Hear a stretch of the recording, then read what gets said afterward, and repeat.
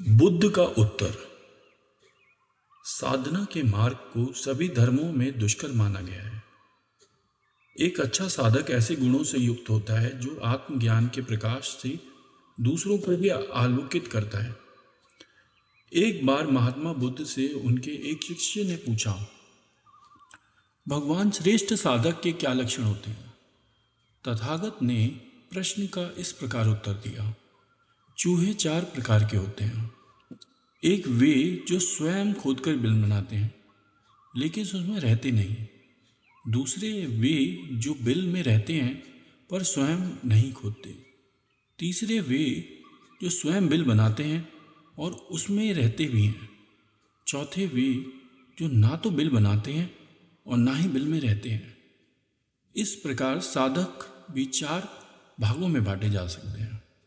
ऐसे वे जो शास्त्र पढ़ते हैं और जो शास्त्र ज्ञान भी प्राप्त करते हैं और सत्य का अनुभव भी।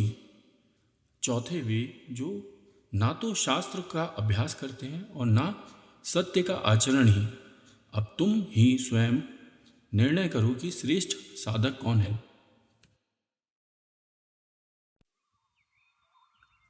बुद्ध ने समझाया, एक लड़का बहुत चतुर था। उसने बहुत सी कलाएं सीखी। उसे तीर चलाना आ गया था। वह नाव खेने लगा और बढ़िया से बढ़िया मकान बनाना सीख गया। उसके बाद वह घर लौटा। बड़े घमंड से वह लोगों से कहता, इस दुनिया में मेरे मुकाबले का कोई नहीं है। मैं सब कुछ जानता हूँ। गौतम बुद्ध ने यह देखा तो सोचा, इसे शिक्षा देनी चाहिए। उसने एक बूढ़े का रूप बनाया और हाथ में भिक्षा पात्र लेकर उसके पास गए। लड़के ने पूछा, तुम कौन हो? बुद्ध ने कहा, मैं अपने मन को वश में रखने वाला एक आदमी हूँ। उनकी बात लड़के को समझ में नहीं आई। उसने कहा, आपका मतलब? बुद्ध बोले, कोई आदमी तीर चलाना जानता है, कोई नाव खेना जानता है और कोई घर बनाना जानता है, लेकिन ज्ञानी आदमी अपने ऊपर शासन करना चाहता है। लड़का बुद्ध के इतने कहने पर भी कुछ ना समझ सका। उसने फिर पूछा, आपने अपने ऊपर शासन करना क्या होता है? बुद्ध ने कहा, अगर कोई उसकी प्रशंसा करे तो वह खुशी से नहीं फूलता, निंदा करे तो दुखी नहीं होता। इस तरह उसका मन उसके वश में रहता है। ऐसा आदमी किसी चीज या हुनर का अभिमान नहीं करता। बुद्ध की बात का उस लड़के पर ऐसा असर हुआ कि उस दिन से उसने डींगे हाँकना बंद कर दिया। बुद्ध का शिष्य। महाभारत में बताया गया है कि भीष्म पितामह को इच्छा मृत्यु का वरदान प्राप्त था, अर्थात वे स्वयं जब तक मृत्यु का आवाहन न करें काल उनके पास भी नहीं फटक सकता था। इसी तरह अमरता को लेकर अनेक कथाएं प्रचलित हैं। महात्मा बुद्ध अपने शिष्यों के साथ भिक्षाटन पर जा रहे थे। रास्ते में शिष्यों ने एक पौधे की तरफ इशारा करते हुए पूछा, भंते, इस पौधे की उम्र क्या है? बुद्ध ने बताया कि यह अमर वृक्ष है, इसकी उम्र अंतहीन है। तभी एक शिष्य ने उस वृक्ष को जड़ से उखाड़ फेंका और बुद्ध से बोला, गुरुवर, मैंने उसे एक ही पल में उखाड़कर समाप्त कर दिया। बुद्ध मुस्कुराए और निशब्द आगे बढ़ गए। महीनों बाद जब चतुर्मास बिताकर वे उसी रास्ते से लौटे तो सभी ने उस पौधे को वापस हरा भरा देखा। वृक्ष को उखाड़ने वाले शिष्य ने पूछा, तथागत, आपको इस पौधे की अनश्वरता का कैसे पता चला? बुद्ध ने उत्तर दिया, मैं इस नन्हे से पौधे की अनंत जिजीविषा को जानता था। यह जीवन और अमरता की पहली शर्त है।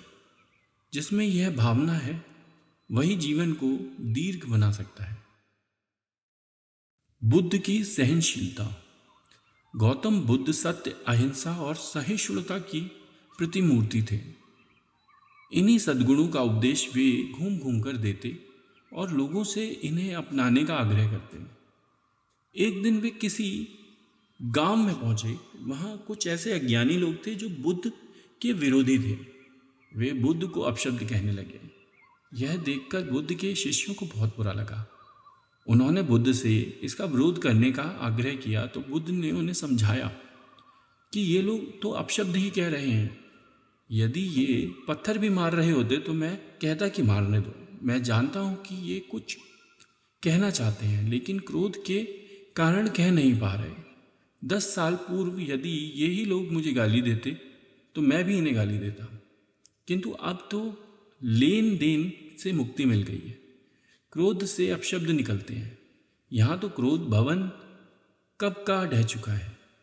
बुद्ध के विचार सुनकर अपशब्द कहने वाले हैरान रह गए। बुद्ध ने आगे अपने शिष्यों से कहा, इन लोगों को बताओ कि पिछले गांव में क्या हुआ था। शिष्य ने बताया, वहाँ के लोग फल और मिठाई लेकर आ गए और आपने यह कहकर वे चीज़ें लौटा दी कि अब लेने वाला विदा हो चुका है। 10 साल पहले आते तो मैं सभी उपहार ले लेता। बुद्ध बोले, उन लोगों ने मिठाइयाँ गांव में बांट दी, लेकिन आप ये अपशब्द गांव में ना बांटें। आप मुझे क्रोध नहीं दिला सकते। ठीक उस खूंटी की तरह जो किसी को नहीं टांगती, लोग उस पर वस्त्र अवश्य टांग देते हैं। कथा का सार यह है कि साक्षी भाव सच्चे संत की पहचान है। जो अच्छे बुरे, लाभ हानि, अपना पराया के संकीर्ण भाव से मुक्त हो जाता है, उसे ही संतत्व की प्राप्ति होती है।